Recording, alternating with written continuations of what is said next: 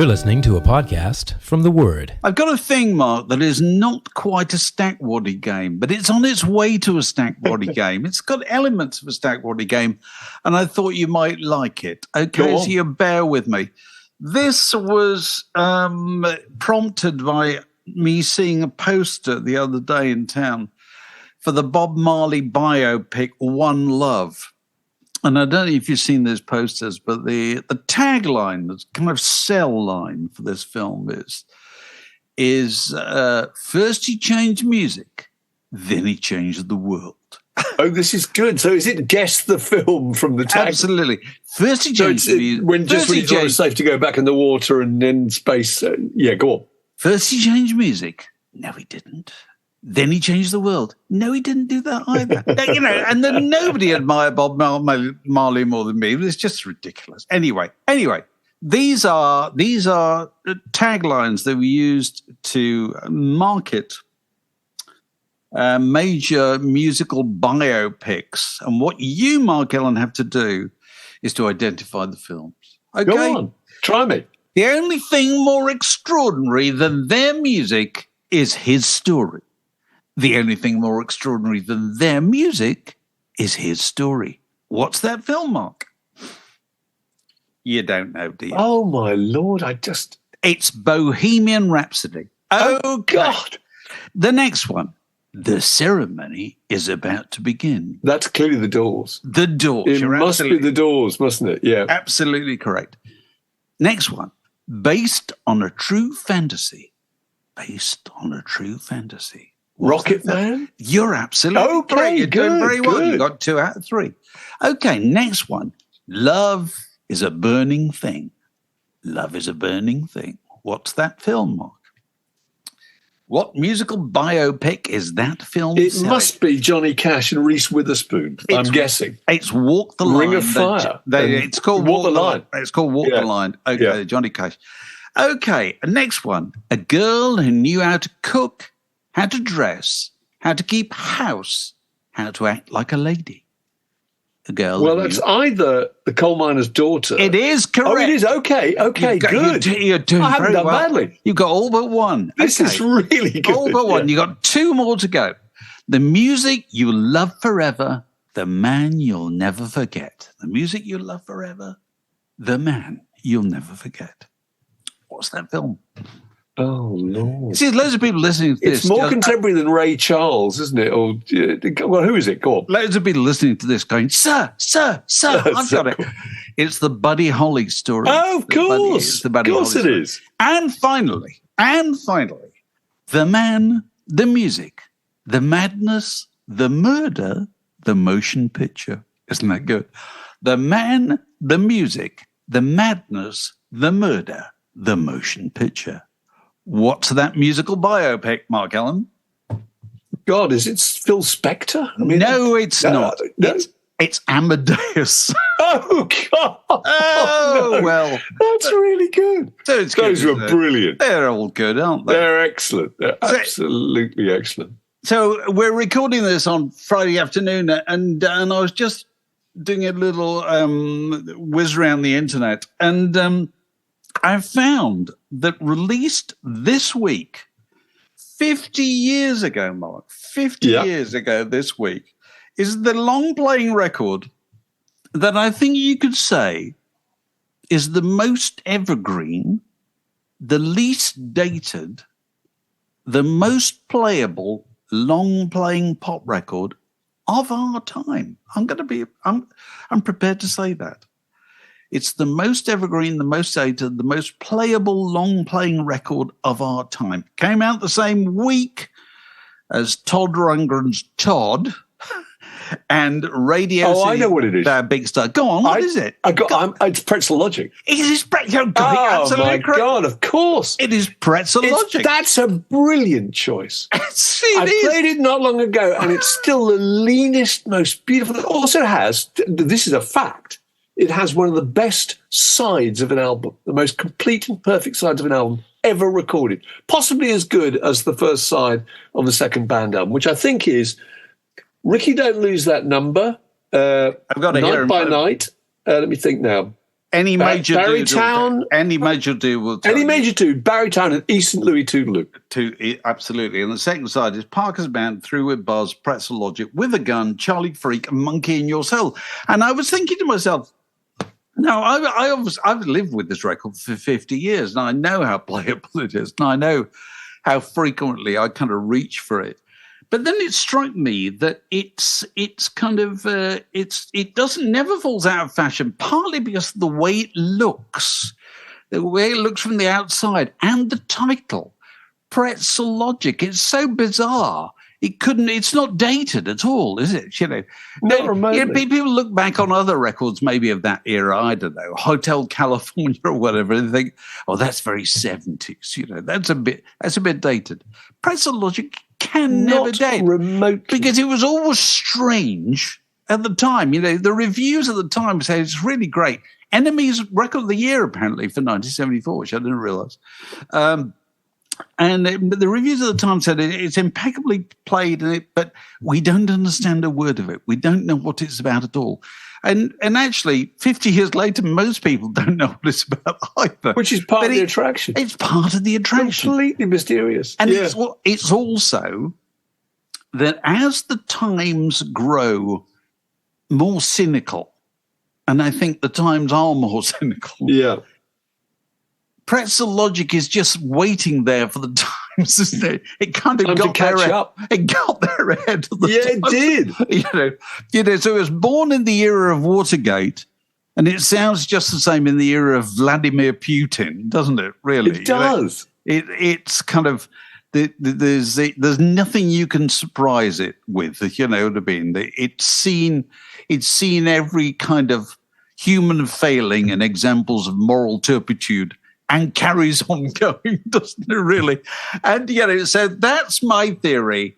It's the most evergreen, the least dated, the most playable, long-playing pop record of our time. Came out 50 years ago, this very week, Steely Dan's Pretzel Logic, and I will fight anybody who says different. The Word Podcast. Prime cuts of popular culture served fresh each week. So news this week that the Beatles mill grinds on forever, quite rightly. And I couldn't be more thrilled. Sam Mendes is making not one or two or three, but 4 biopics of the Beatles to be simultaneously released in 2027. And very funny little. I got the news from the BBC, which said the Beatles' best-known hits include 8 Days a Week, Come Together, and Twist and Shout. Oh, and you're thinking, what work experience person is writing this? The idea you haven't even have to say who the Beatles are seems astonishing. But anyway, if you buy into with biopics, if you buy into the idea that these are the people, it works. Backbeat. I bought into it. Nowhere Boy, Rocket Man, the various ones that I mean, I don't know if you need persuading in this, the idea of biopics, but I mean, is that something? Are you looking forward to this? Well, no, I've seen millions of biopics and quite like them, but I can't help thinking that kind of depicting the Beatles throws up very particular challenges, I suppose, But I suppose it will. Clearly, it will be designed for people, the age of our children and younger, who don't have the strange kind of spooky familiarity we have with the Beatles, having grown up with them. That we kind of recognize them like we recognize members of our own family. That's true. Every idiosyncrasy about the way they speak and look, we have noted. So it'll be quite hard to convince us. We've lived with them for all that time, and so who are they going to get to depict any of these people? Well, the sensible thing to do would be to get unknowns. I think anybody who comes freighted with any kind of luggage of being reasonably familiar will be very hard to get over, I think. I suppose so. So what are they going to be called, these films? Just John, Paul, George and Ringo? Is that the idea? I've no idea. And are they going to go in that order? That's good. What order would they go? Where because they have, well... That'd be the age at which they joined the group. Or the first, they would say it would have to be John, Paul, George. No, they'll do it the other way around. They'll end with John. They'll end with George because the youngest. So they'll go Ringo, John, Paul, George. Is that the age? That's the age. That's true. That's the age. That's the age. Okay. But I think that the interesting stuff is pre-Beatles. Oh, I think that's the rich area that they have to mine, which is the four of them were so different. Their backgrounds actually quite different, weren't they? Ringo, kind of real poverty, really. Very ill, definitely. Only child, parents separated very young. Couldn't read or write, really. Couldn't read or write. 2 very long, very difficult hospital spells, one of them for a year. Lazarus, wasn't that what his mates at school called him? Lazarus, that he'd risen from the dead. So that's interesting. George, big family life. He's the only one who had the mum, the dad, the 3 siblings. Him learning all that stuff about George Formby and Cab Calloway's mum, big character in the Beatles story, used to answer all the fan mail stuff. Paul, a notch above, wasn't he, kind of financially, if you like. Then there's the death of his mum, the influence of his dad and his aunts and uncles. And then there's John, the Freddie and Julia kind of tug of love that he was forced to choose between going with one. That's been largely discredited. It'd be interesting to see, being as the Beatles, Apple are involved with this and all the estates are involved. It'll be interesting to see how much they play fast and loose with what we absolutely know, because that's a really interesting story. But, the complications of Julia's wild life and him living with Aunt Mimi and actually living a slightly more middle class quite a lot more middle class. So you think it would be more interesting before a note of music has been played? Really, I think that's the bit that hasn't been. No, but also the other bit, which I think is really interesting, actually, is after the Beatles. I mean, clearly, probably none of these things will be in the film, because I don't know where you end if you go on to after the Beatles. I don't know what, but the idea that all 4 of them had a very, very difficult time adjusting to life without each other is fascinating. We're only getting to really understand this now, I think. It's quite interesting. I was writing a thing recently about musical kind of museums, rock museums. Yeah. Destinations of rock heritage and so forth. And I was thinking that you've got, there are very few kind of homes that you can go and see. But 2 of them are John and Paul's, can't you? Both their homes are. Is that case? Yeah, they're both taken, aren't they, by the National Trust in Liverpool. And then the other one is Elvis Presley's Graceland, obviously. And when you go to Graceland, you go to visit a place that was such as none of us have ever been in before. It was kind of a mad fantasy of what happens to somebody when they've got a ludicrous amount of money and no idea what to do about it at all. So it's like visiting Mars, going to Graceland. Whereas if you go to John and Paul's place in Liverpool, what you're seeing is a past which many people shared in at the time. You know what I mean? That their kitchens were like the kitchens that loads of other people grew up in. And I'm always interested in this thing of Bob Dylan. Well, Bob Dylan visited these places, didn't he? In disguise, and he had his kind of hooded jackets. He turned up, and the guy was running it was a Dylan fan, and I think he got a personal tour around while everybody else waited outside. Everybody else was quite happy to wait outside while he went through and was shown the place. But Dylan has done this, turned up at Neil Young's house in wherever, in Canada. And it is always fascinated by going back to see what kind of place people grew up in. And that's a really interesting thing, whereas Graceland is not where anybody grew up at all, It's where the thing that Dylan thought was extraordinary about Lennon's home, I think, was how cold it might have been, didn't it? Yeah. It was the fact that I don't think there was any central heating. He was trying to imagine just how freezing cold those winters must have been. But it's the idea that you can go in the bedroom of, the young Paul McCartney or anybody like that went in, and you can look out the window and see what they saw when they were 13 years old.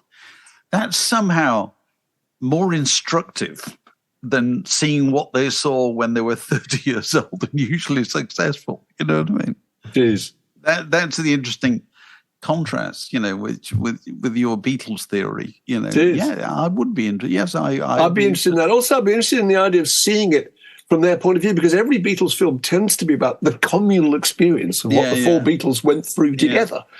8 days a week or whatever, and to some extent even get back. And but the idea that there are moments in the Beatles story where there's one where I think doesn't it? George goes round to Ringo's house and said, "Look, I know all three of you want me out. I know all three of you are against me." He said, and Ringo says, "I thought you were against me." And it was just that idea that they just couldn't see it from each other's point of view. Yeah. So that would be revealing, I think. Yeah. Now, it's funny, this business of having an actor depict people who are really famous, because I was thinking of this week when I was watching once again with great delight, because it's still on the BBC iPlayer. And if you've never seen it, go and see it. A Very English Scandal, which is the 3-part Stephen Frears film about the Jeremy Thorpe scandal, starring Hugh Grant as Jeremy Thorpe, who is absolutely brilliant. I saw it recently, the whole thing. I rewatched it. It's fantastic.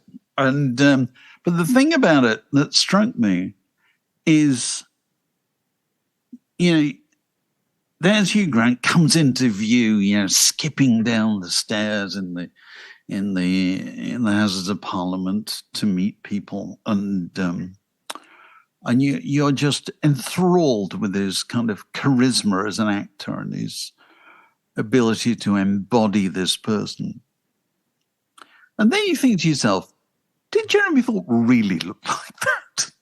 No, he probably didn't. And then we grew up very familiar with Jeremy Thorpe. Jeremy Thorpe was the most famous and popular politician of the 1960s and 70s, oddly enough. He was always people's favourite politician, regardless of their personal loyalties. And Jeremy Thorpe, if you think about it, looked a bit like an Edwardian undertaker. He had a kind of, his resting face was very gloomy, Gloomy. There was something clammy about him. Yes, it's true. Whereas Hugh Grant hasn't got that at all. So Hugh Grant, it's a brilliant performance. But what he does is he superimposes Hugh Grant's charisma on Jeremy Thorpe's charisma. And it kind of works, Yeah. So that's probably what you have to do with the Beatles. Yeah. Is you can't afford to have kind of anonymous, self-effacing actors who are just trying to play it down. You've got to have people who are going to play it up. Really. Energize it. Energize it. The thing that struck me about that film was that, admittedly, this is not particularly a political scandal, but it's the biggest scandal involving a politician in our lifetimes, I would say. Yeah, one of them. And this is a story involving illegal sex, keeping a lover in his flat, hitmen, contract killers, 2 fake marriages, blackmail letters, a plot to murder his boyfriend and drop him down a tin mine, or to have him murdered, shot in Florida and fed to alligators. I mean, I really cannot imagine that there's ever going to be a story that outranks that involving a politician. I tell you, this week I've been also reading Michael Bloch's brilliant biography of Jeremy Thorpe, which came out a few years ago, and I've only just got around to reading it. And you get the whole account, the whole thing. And the one thing you can't help thinking as you're reading it is, I'm not surprised he wanted to kill him. And drop him down. Because I'm really not surprised. Doesn't make it right. Of course it doesn't. But boy, I'm not surprised, because the insistence with which this person just kept coming back. And coming back and ringing up his new wife and suddenly telling her who just completely just derails her, doesn't it? Absolutely. And I'm not surprised. I'm not surprised that it happened, because Thorpe at one point used to boast, didn't he? Used to boast to friends that he'd seduced TV cameramen. Oh, He boasted that he'd seduced footmen at Buckingham Palace receptions. Even policemen on duty at the House of Commons. So there was that element of risk and danger that he obviously was. Maybe like Brian Epstein. Brian Epstein on the Beatles, first trip to America went off and had some kind of adventure in Central Park. He just couldn't resist it. Couldn't resist it. So if anybody's perfectly equipped to play the part of somebody so reckless on the screen, it's Hugh Grant. It is Hugh Grant. It's Hugh Grant. We should also mention the other great moment in the Thorpe story, that Thorpe, with his second wife, goes to the wedding of a member of the Global Village Trucking Company. Isn't that absolutely amazing? So the story there is his second wife was Lady Harwood, who was the wife of Lord Harwood, obviously. Yeah. And Lord Harwood, who I think was the first cousin of the Queen and sixth in line to the throne at one point. Absolutely. And I remember as a kid going to see the Global Village Trucking Company and thinking the keyboard player is in line with the throne. Yeah. Absolutely. So he went to the Global Village Trucking Company's commune and witnessed this when Jeremy Thorpe, then I suppose the leader of the Liberal Party, on this commune in where it was, Suffolk, I think, watching this guy get married, age 19, in his sheepskin jerkin. I was reading Michael Bloch's book, and it comes to that paragraph, and I'm just so excited. He doesn't mention the Global Village Trucking Company, but I know who he's talking about. So I took a picture of the paragraph and I sent it to you, didn't I? Yeah, I know. So, I love it. We ought to have a version of that book written by Pete Frame, so it's fully musically annotated all the way through. Absolutely extraordinary. It's superb. Extraordinary tale.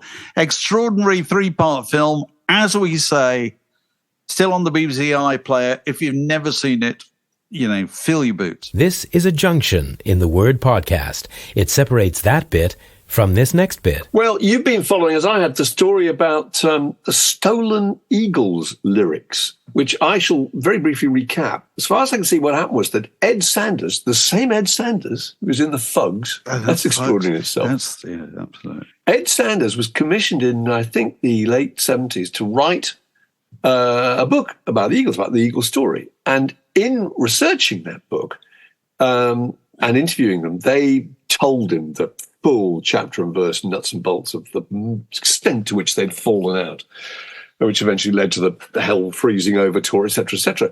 And they then looked at a proof of this thing and didn't like it and wouldn't let him publish it. And he was then very aggrieved and eventually shopped this thing around and got a deal somewhere else. I don't know, they obviously fell out with him. But very early on, they gave him 5, they were actually written on legal pads. They were pads of lyrics, including the lyrics to Hotel California. And he then sold these to a rare books collector called Glenn Horowitz for $50,000. And he then sent them on to...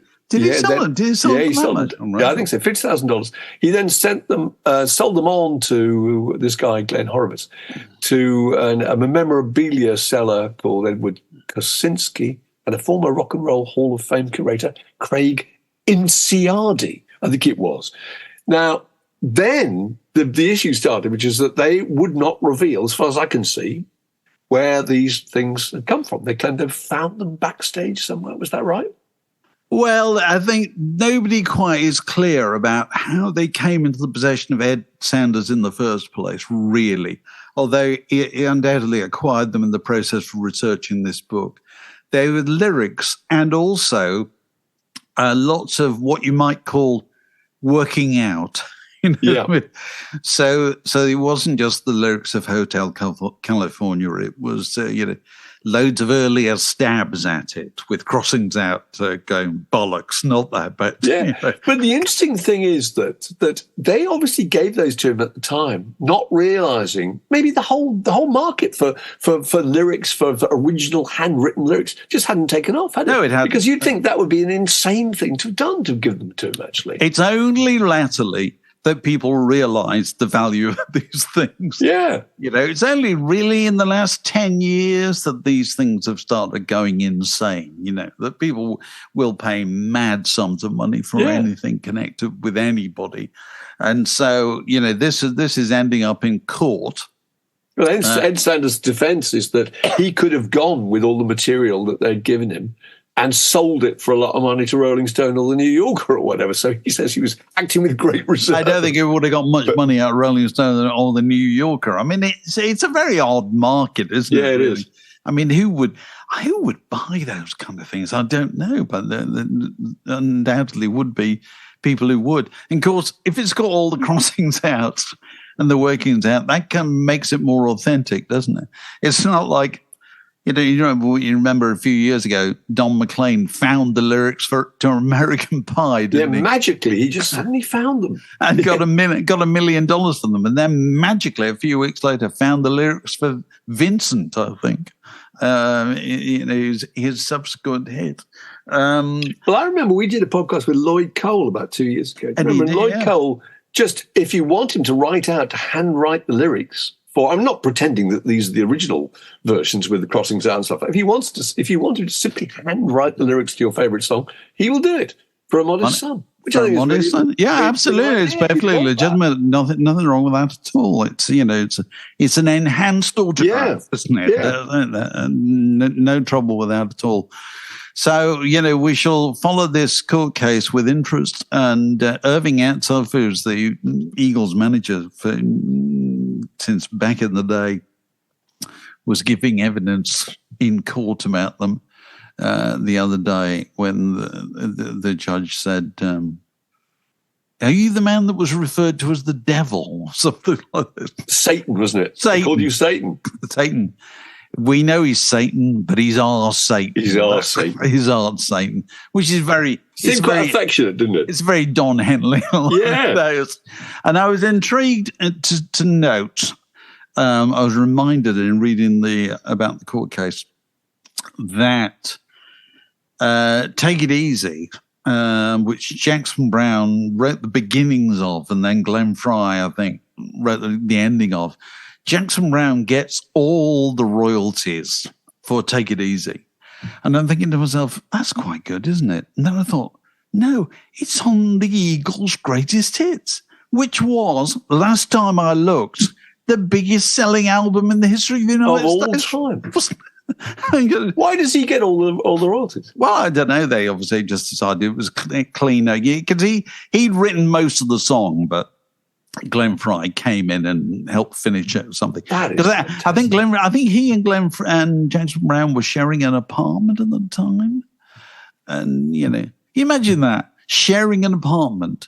If you're a songwriter and you're sharing an apartment with the young Jackson Browne, so you're queuing up for the piano behind a guy who's kind of knocking out classic after classic, Surrounded by an enormous number of very attractive women, probably. Very attractive young women, absolutely. Yeah. I was listening to Jackson Browne's For Every Man only this morning, and because I listened to it on Spotify, what was a wonderful experience turned into a bit of a wah disappointment. Now, doesn't For Every Man start with his version of Take It Easy? I think it does. Which Jackson Browne fans will back me up in this. Via the magic of mixing back in the day, the first track, Take It Easy, used to segue into the second track. Is it Our Lady of the Well? I can't remember. I'm trying to remember off the top of my head. Anyway, and there was an absolutely magical moment of cross-fading between the two. Once you get the CD, you can't do that anymore. No. And it's coitus interruptus. Yes. Because you're thinking, oh, look, this is fading away, but no, it's about to crossfade into this thing. And then the bugger doesn't. Yeah. And you feel really shortchanged. And so you go upstairs and you play the record. The Word Podcast, 2 cocoa tins and a piece of string. So they do say that with the success of Texas Hold'em, Beyoncé has become the first black woman to top America's country music chart. Have you caught up with this, Mark? Yeah, I have. Been following, Have you heard this? I mean, if you haven't heard this record, go and listen to it. I mean, it's a good record. It's about as country as I am, really. Because, what are the country elements of this? Well, it's kind of satirically country, isn't it? It's got a sampled banjo all the way through. Yeah. Which is, again, banjo. I don't think banjo exists on most country records nowadays at all, does it? But it doesn't Beyonce's idea of a country record, and it's called Texas Hold'em, which of course is a variant of the game of poker. But it struck me it's really out of place in the country chart for this reason. And I went and listened to the country chart this morning to check. It's the only one of the top 10 country records in America this week that doesn't have what absolutely every last country record has, which is this, Mark, a story. Absolutely every country record. They always tell a story. Has a story. The first verse it's a domestic story. Well, it takes you to a place, it introduces you to a person, and then it places that person in a dilemma, and then it attempts to resolve that dilemma. All country records, from Hank Williams right up to the present day, to Morgan Wallen or whatever, are the same in that respect. Texas Hold'em is a hip-hop record. Hip-hop records are not like that at all. They're absolutely not. They're not stories. They're not linear in that way. They're personality vehicles. They're, look at me, look at what I am, wouldn't you like to be like me? Yeah. Let's go dancing. And I'm not in any way disparaging either of these things, but those are the traditions, And so the issue about it not being played on some country stations is possibly to do with, I don't know. There was some country stations said, we're not playing it. And then this being 2024. There was such a Twitter outcry, wasn't there? Accusations for racism or whatever. Oh, yeah. Well, it's not wildly different from, would an R&B station play a Dolly Parton record? No, they probably wouldn't. America has kind of very well grooved, ways of approaching that kind of thing, haven't they? They play this kind of record on this kind of station, and they play this kind of record on the other kind of station, and then they think of different euphemisms for it. Whether it's race records or R&B or urban contemporary, or whatever. But I do think it's interesting. I think it's a really good record. It's a really good record, but it's not a country record, not in a million years. But I do think it's interesting to remind yourself of the fact that everything else in popular music changed absolutely all over the place. But country records still tell stories in a way that hardly any other records do at all. Indie records don't tell stories, do they? They don't. Not in a million years. Heavy metal records don't tell stories. I'm not even sure that Taylor Swift records really. Well, I don't know. She obviously went through a period where she was very definitely a country artist. But American country records still tell stories. That's a very solid tradition, isn't it? Are you following the story of the Billy Joel single too? So Billy Joel, who I don't think put out a record for. When was the last one? 1993. He hasn't written a new one since the 90s. He hasn't written a new song. He pretty much said, "I've done it all." You know what I mean? And nobody's interested in my new ones. So he composed a piece of instrumental music, I think. Yeah, that he put out, but no, he hasn't done anything new until this one. What's it called, Mark? I can't remember the title. It's called, can I remember? No, I don't think I can. Oh, right. I think you and I both thought it sounded a bit like his version of My Way. Really. Well, actually, I can't remember what the name of the song is now. It's very much about, did I fail in my life? Yeah. Did I not do the things I should have done, did I let down, any of the people in my life? And with an amazing video in which him being a very successful rock star, I think you pretty much say, yes, you definitely did let down people in your life, because everybody does, and successful rock stars do it more than anybody else. But yes, the video, via the miracle of AI, artificial ignorance, as you and I call it, is via the miracle of artificial ignorance, you can see the song being sung by the younger Billy Joel. Billy Joel at various stages of his life. Different stages of his life, which I can't work out whether those things are a bold new frontier or just a bit of a cul-de-sac, really, where you think, in a week's time we'll all have forgotten about them. You know what I mean? Although it's like, the Peter Jackson video that went with Now and Then, showing the Beatles at all different stages. Do you desperately want to see that again? There's no reason to go back and see it again, is there? But then again, that's to do with not wanting necessarily to hear Now and Then again. That's my feeling about those things. For one moment, for one short period of time, they're really exciting. And then they're kind of gone. But would you like to see right now the Beatles doing A Hard Day's Night or whatever, or the Beatles? Okay. Would you like to see the Beatles in that goods van on the train singing I Should Have Known Better in 1964? Well, let me answer for you, Mark. Which is my theory is that's the first ever video. Go on, go on. Would you like to see that again? Yes, you would. Yes, you would. Would you like to see the incredibly expensive, really clever video for Now and Then? No interest whatsoever. Not remotely. Why is that? Or Free as a Bird. You remember the Free as a Bird one when they threw absolutely everything at it? Every single reference to every single song they could get in. It was really good. But it's the shine went off it very quickly. The Word Podcast, walking the digital dog since 2007. And we're joined by our producer, Magic Alex. Producer. Nice to have you on board. Producer. Is that dignifying it? Oh, God. Dear. Carry on. Anyway, Magic's here. We've done various things recently, two of which we should plug, actually, because they're very good. One is an interview with Jar Wobble. He's lively, isn't he? He's lively and he's characterful and really funny and a master of different accents.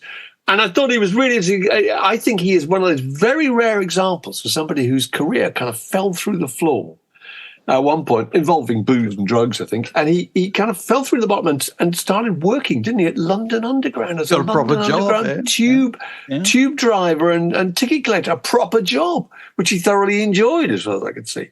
And there's a wonderful bit where I think where he got on a tannoy once, he said, and shouted, "I used to be somebody," to the stunned and confused crowd going past him. And we also did a podcast with the Richard Coles. He once was the Commune Arts, who's now in fact touring with just doing a spoken word tour. Who is also brilliant, really, really brilliant, and so has fantastic powers of observation. Very, very witty, very funny, and it reminded me a bit of Neil Tennant, actually. His ability to just tell stories about being on top of the pops and the marbled denim and the mullets of Legs and Co.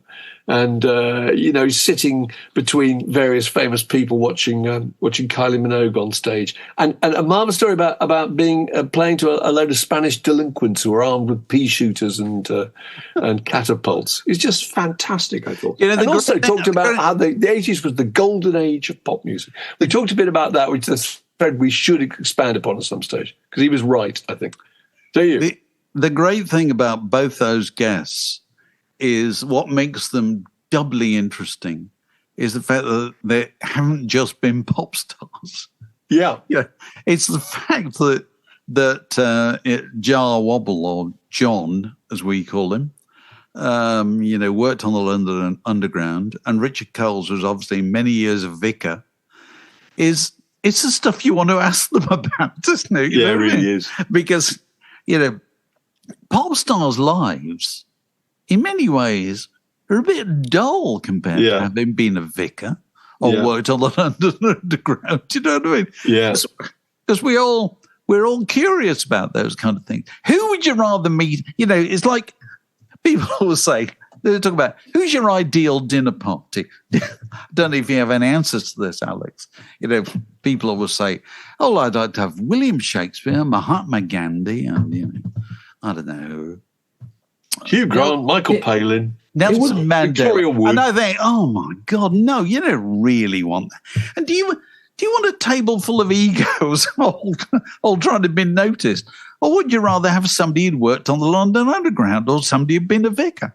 I would rather the latter myself, because you can ask these people questions and they're going to tell you things that you're not going to know otherwise. Well, do you remember you and I worked for a while with the great Danny Kelly? And Danny Kelly had worked on the London Underground before he was the editor of the NME. Well, he worked at the railways, wasn't he? The railways. I thought he worked at Victoria Station or something like that. Yeah, and he used to, at publishing conferences, he would get up and tell stories about life on the railways, which were infinitely more exciting than people being on the road with stiff little fingers. Yeah, absolutely. What do you think, Alex? You kind of know how every pop star lives their life, don't you? Because there is a certain, I think, formula to how a pop star lives on and off the stage, whereas you don't know an awful lot about London Underground drivers, for example, because they don't get written about. So there's something very definite to discover there. And I think it's that prospect of discovering something new, a new kind of facet of life that you haven't been privy to before that's really exciting. So, yeah, I think you're absolutely right. And you're bound to discover something about human nature, actually, about your interface with the public every day. You're going to learn something. Yeah, the quirks of humanity. Yeah, I've finished reading this book called Diary of a Bookseller, and it's about this guy who he bought the Wigtown bookshop about 20 years ago. And it's just him grumbling about his customers, essentially, for 300 pages. But it's absolutely fantastic because it just kind of digs right in to the minutiae of what makes humans really weird and interesting. Anybody's job is interesting. Absolutely anybody's job is interesting. I genuinely believe that. So I meet people. I don't go to dinner parties, but in the days when I did, you'd be sitting next to somebody and say, what do you do? And they go, it's not very interesting, really.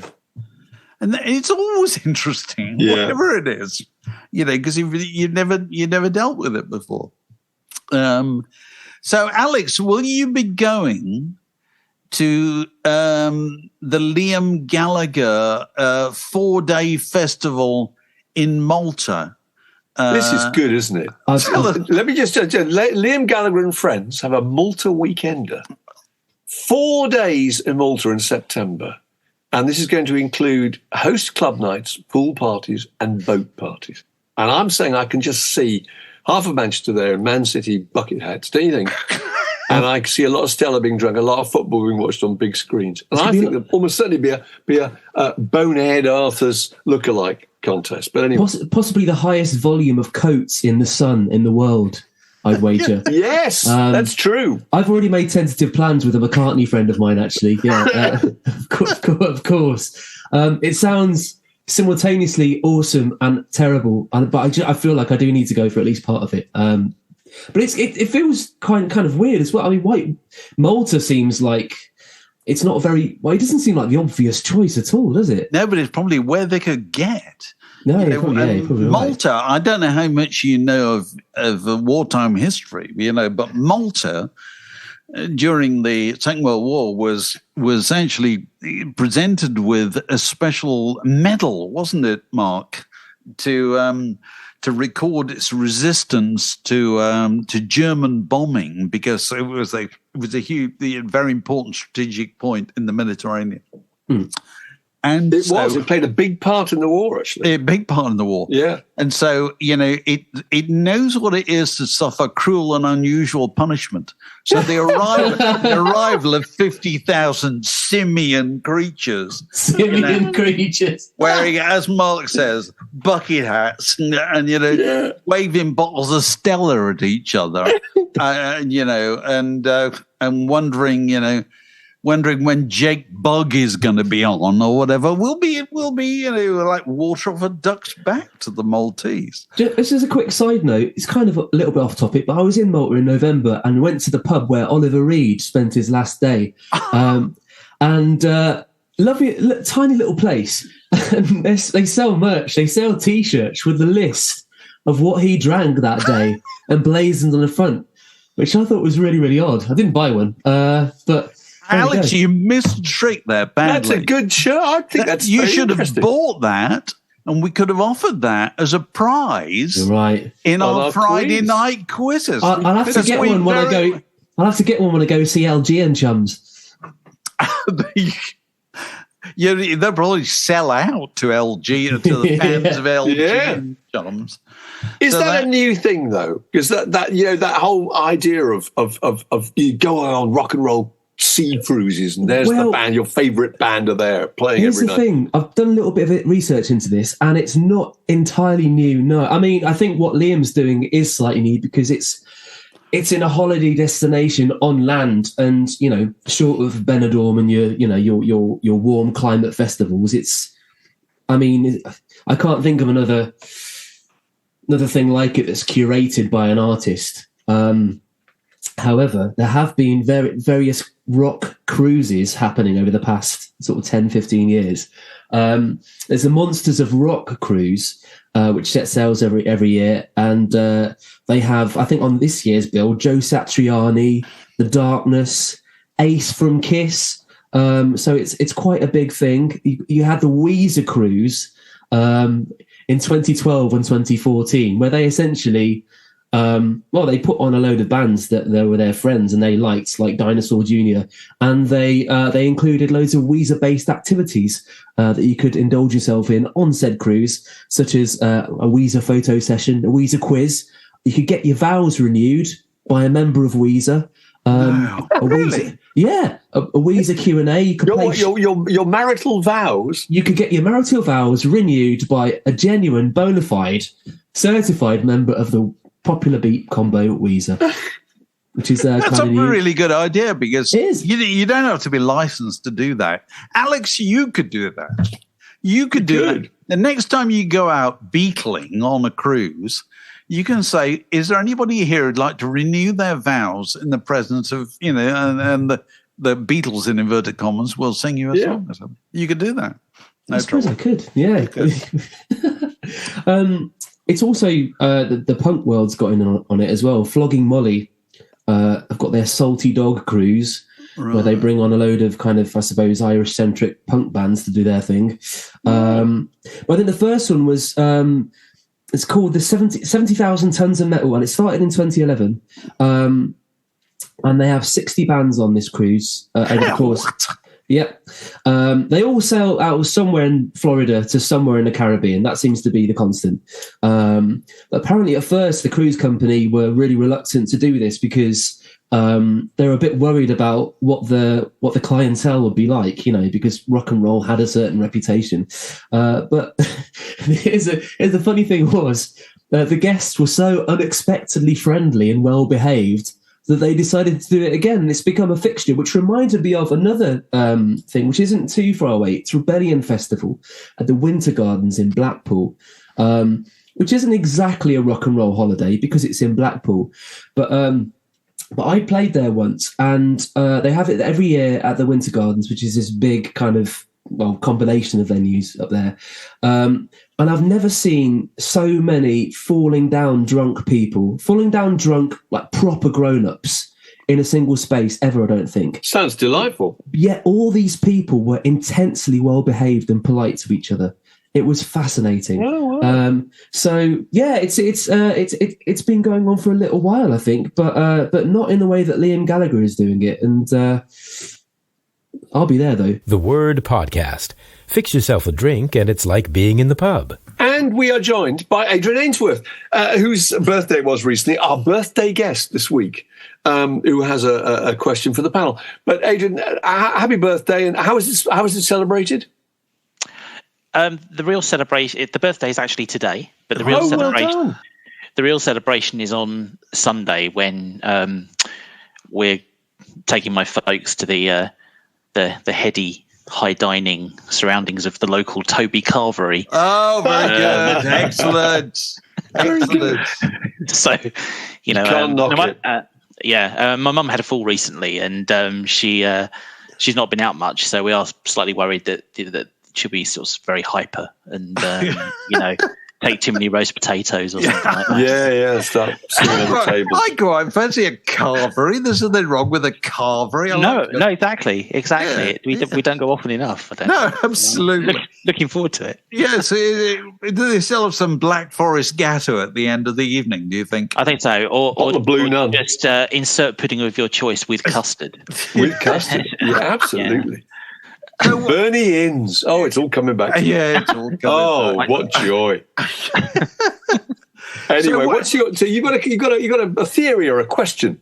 Fire away. Well, I'd be very interested in your insights on this, and it's basically sweary band names. Oh, cool. And I realised this might be a symptom of me sort of getting ever closer to the blanket on knee, moving near the radiator stage. All right. Some of the stuff coming around in my sort of, the YouTube feed and playlists. This band that I think I'm very late to this, but called The Last Dinner Party. Yeah. Oh, right. Okay. And the chorus of one of their, I think, biggest songs has the F. Do I need to say the F word, or can I? No, you can say the F word. Yeah, but they've had to change that, haven't they, for the radio version? Right. I believe so, because I'm not particularly offended by swearing, but I am fascinated as to when people choose to use it, and the idea of them putting, the word fuck in their chorus, so you just hear the word over and over again, and after the first couple of times you think, well, that's arresting, but then after a while I started sort of thinking, I wonder why they've actually done this. They must have known they would have to record another version of the song, etc. Isn't that partly why they've done it? I guess because on Jules Holland, I saw them on Jules Holland. Obviously they did that version, did the sweary version, but anything you hear on the radio is not that version. No, I know. But the weird thing is, I don't know if you ever listened to Radio 1 Extra, because the F word is so, threaded into hip hop music. It is, it is about as ubiquitous as the word love was in the songs of Bing Crosby. The fuck word. The fuck W. The fuck W. As we used to call it on Q Magazine. Quite so. It's woven into hip-hop so much that if you listen to One Extra, it sounds really odd because every few syllables, the sound drops out as you hear the radio version of the latest hit by whoever it is, and you feel ill with that sound, or if they had to bleep it or something, and it would just be like bleeping would be kind of way. It's really odd, and I just think, what's the damn point of this at all, Yeah. And I have no objection to the fuck W in. Well, I certainly have no objection to it in hip hop because it's kind of part of the music. It's an integral part of it. It's musical. If it wasn't there, it wouldn't seem right. It's musical, whereas very often in kind of rock and roll, it sounds a bit showy. I thought so. Well, what you see, because what this last Dinner Party record reminded me of was something that has absolutely baffled me for years, and this is, where I'd appreciate a bit of, your thoughts, which is when bands actually put the swear words in their names, hence sweary band names. Right. So for example, I made a brief list, and if we just stick to the F word, then I'm so acquainted with fuck, fucked up, holy fuck buttons, and fuck the facts, fuck and also is a great also name. shit disco. Yeah, shit disco, and I even I looked at the metal archives, sort of, because metal obviously is a law to itself anyway, but there appear to be sort of something approaching 150 bands that have the word fuck in their name. Wow. And 40 odd with shit. And I was like, for example, just one that leapt out of me was Tempest Fuck It. and also a band called SHIT, as if they were slightly afraid their mums. Yes, You're not quite prepared to go the extra mile. No, absolutely. Well, you know that Radio 4 have rules about this stuff. And so if you're doing a speech program, a documentary, or whatever, Radio 4, they'll say to you, you're allowed 2 fucks. And they have these written down rules, how many of these things you're at. That's true. The Graham Norton show is the same. They were talking about it on the show the other day, that you're only allowed a certain number of fucks. Yeah. Which I suppose I can kind of see the point of. Now your bands who all have the fuck W in their name. How many of those bands would you say are what we might call serious groups? They want to have a career. They want to be around. They want to go on tour. They want to play festivals. I would say very few. I mean, certainly on the metal side. I mean, they're definitely operating under the radar. I mean, the band called Fucked Up happened to be one of my favourite bands. I mean, they're sort of a furiously prolific and interesting, kind of like, I suppose they're sort of a hardcore punk band, but then they started doing concept albums, actual tunes, things like that. And I think they're a really interesting group. And I suppose this is why it's an issue that's quite close to my heart, because I feel they're holding themselves back. This is it. They could be absolutely sort of massive. And I sort of think, I always imagine these people when they're kind of like my age and there's children and possibly even grandchildren on the horizon, and they say, look, son, daughter, at what we achieved. And, they call themselves, arse curtains or something, and they're saying row of CDs or vinyl on the shelf that just have the word arse curtains on. And, it does take the shine off it. It almost doesn't matter how good the music is. No, quite. But isn't that the case? I always used to feel that about the band that I could never bring myself to get round. Listen, when I did listen to them, they're really good. But that was a classic example of shooting yourself in the foot, wasn't it? Nobody ever talks about them because you wouldn't. You're embarrassed by the name. Well, I know. Well, you even say the same thing about Prefab Sprout. Prefab Sprout's the best example of that. Had they had a name with a little more dignity and a little more shape to it, that they would have just been in a different league. I'm convinced. Yeah. I think that's quite true. So I don't know if I know, David, you've talked in the past about bands who seem almost embarrassed to be in bands. They sort of shrivel on stage, and they sort of why they don't even know why they're supposed to be there. And I wonder if a sort of self-destructive band name is part of that. Well, there's kind of. I can't understand it. It's interesting, isn't it? I can't remember. We were talking about this. If you look at the names of American R&B vocal groups of the 50s and 60s, they all had kind of names that hinted at magic, the Temptations, and the Miracles, and the Supremes, and they were all kind of utopian names. Yes. And then you get kind of indie, and then you get indie names, which are the opposite. Indie names are basically, this is a joke that you won't get. Yeah. Because we are a joke that you won't get. Yeah.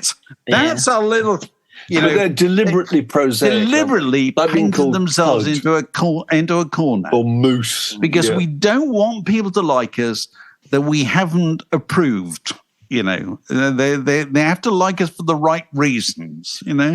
It's a very kind of. It's a deliberate attempt to limit yourself. You're absolutely right. It's a very sixth form idea, and it excuses any idea of failure. Why weren't you more successful, Grandpa? How could I be more successful? We called arse curtains. That's right. Exactly. Wasn't my idea, obviously. Our band name was Shithead the bass player. Exactly. Oh, well, look, thanks, Adrian. Thank you very much for airing that important subject. It is needed to be discussed. Thank you for treating it with the dignity it deserves. Very good. See you next year. We'll see you next year. Next Tuesday. I was going to say. This podcast was brought to you by The Word.